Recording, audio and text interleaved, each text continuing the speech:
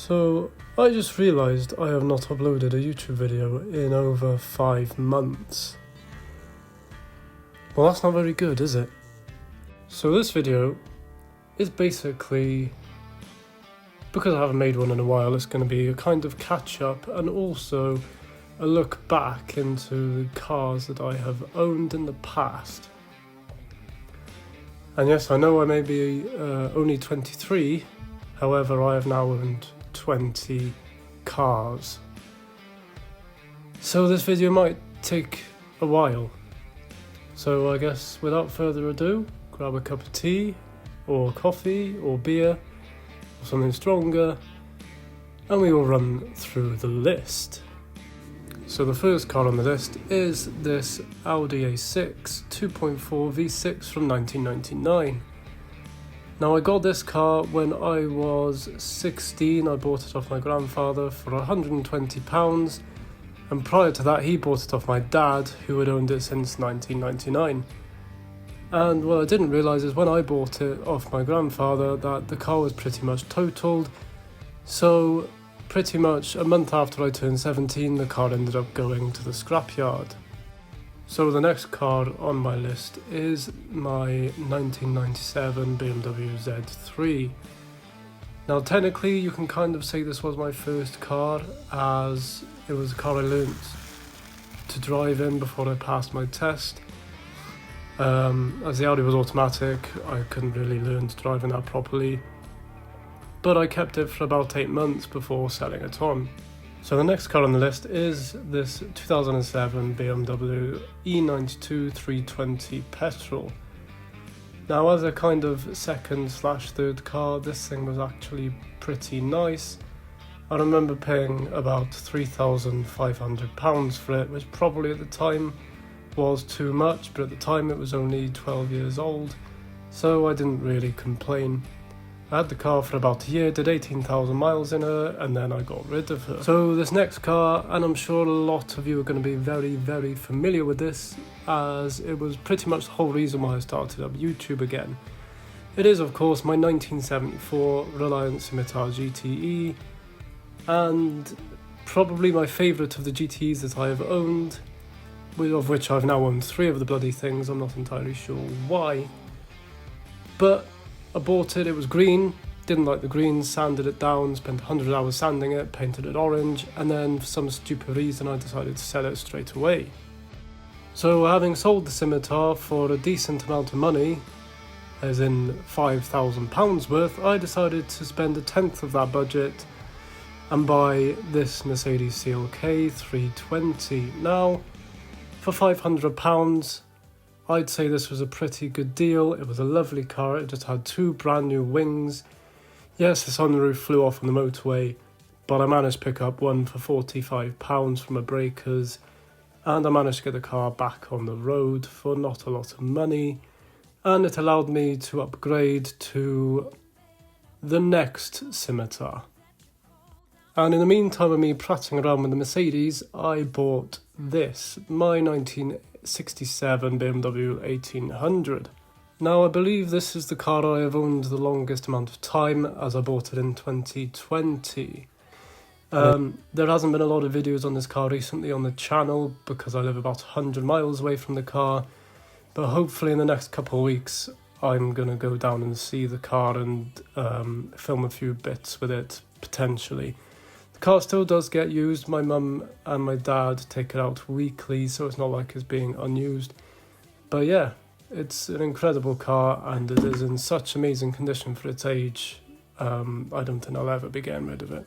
Now the next car on the list is my 2010 BMW 320 diesel.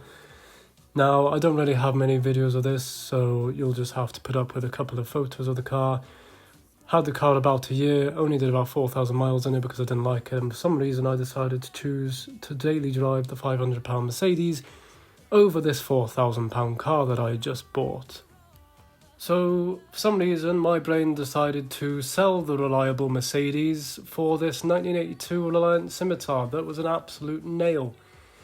As you can see, there's no paintwork on it. It did run nicely and it did MOT very, very easily. However, as I said, there was no paint on the car. The interior was absolutely shredded, and I sold it within 3 months of having it. And I bought myself a 2006 Audi A6 Estate. So this Audi was an absolutely fantastic car. I absolutely loved the thing. The downside was £60 a month to tax was just an absolute killer. And it was a real shame because I absolutely loved the car. And then the second thing was when someone decided to have a few drinks and drive into the bloody thing, breaking the radar system and scratching the front bumper to pieces. So I sold the car within 3 months of owning it, and now this is where everything goes downhill massively. So having sold the Audi and falling in love with estate cars, I bought this, my 2010 BMW 520d, and this thing was an absolute gem of a car. Yes, it had its faults, however, it was reliable as hell and managed to get us to France and back with no problems, with only just 2 fuel stops averaging about 700 miles per tank.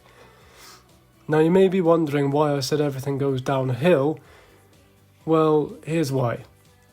Within a week of getting back from France, I was on my way to university for my final year, and someone decided to plough into the back of me on the motorway, therefore writing the car off and leading me to my next purchase, which is where everything began to go wrong. So, this is my baby, my 2008 BMW E61 5 Series Touring. This car is quite a special car to me, 1 because it's emerald red, 2 because I've been through a lot with the car. Bought the car on 117,000 miles in 2022, broke down 500 miles later. The engine had cracked in 3 places, the actual block. Told the dealer told me to claim on the warranty, so we put a new engine in it, tried to claim on the warranty. Warranty company said dealer never took warranty out on the vehicle. Tried taking dealer to court, however he'd gone absolutely AWOL, so lost $4,500. Trying to fix the thing, managed to get it going, and now 2 years later the engine has failed again after 35,000 miles. Now I do still have the car. I don't plan on getting rid of it. I plan on putting another engine in it, but that's where I stand with the thing. It's been an absolute headache, but unfortunately for some stupid reason I love her to pieces. Next on the list is this 2011 BMW 1 Series. Paid £400 for the thing, sold it for £500, did absolutely nothing to it, and that's pretty much all there is to say. I then found myself missing a Scimitar, so I then decided to buy one. I'm not going to say much about this car as it's been on the channel relatively recently, and I did quite a few videos with the car. Paid £700, sold it for a lot more, did a few things to it, got it running for a start and driving. And she is now being fully restored by her new owner, which makes me very, very happy indeed. So after selling the Scimitar, for one day I found myself lonely, and I went onto Marketplace after a couple of beers and I picked this thing up, my Russian block of cheese. Now in hindsight, to be fair, this was actually a very nice little car. I did about 1,000 miles in her, took it to my new house in Blenavon, and now sold it because I hated seeing it outside getting absolutely pummeled by the Welsh weather.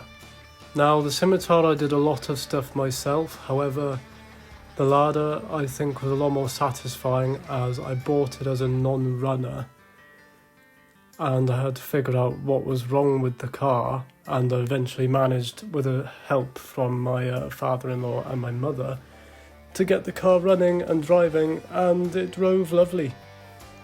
So I was very sad to see it go, and decided that I wanted a 4x4 for absolutely no reason at all, and here it is. So this is my other baby, my 2005 55 plate Volkswagen Touareg 3 litre TDI V6 diesel, and it's currently parked next to my deceased BMW E61, as it itself broke down the other day.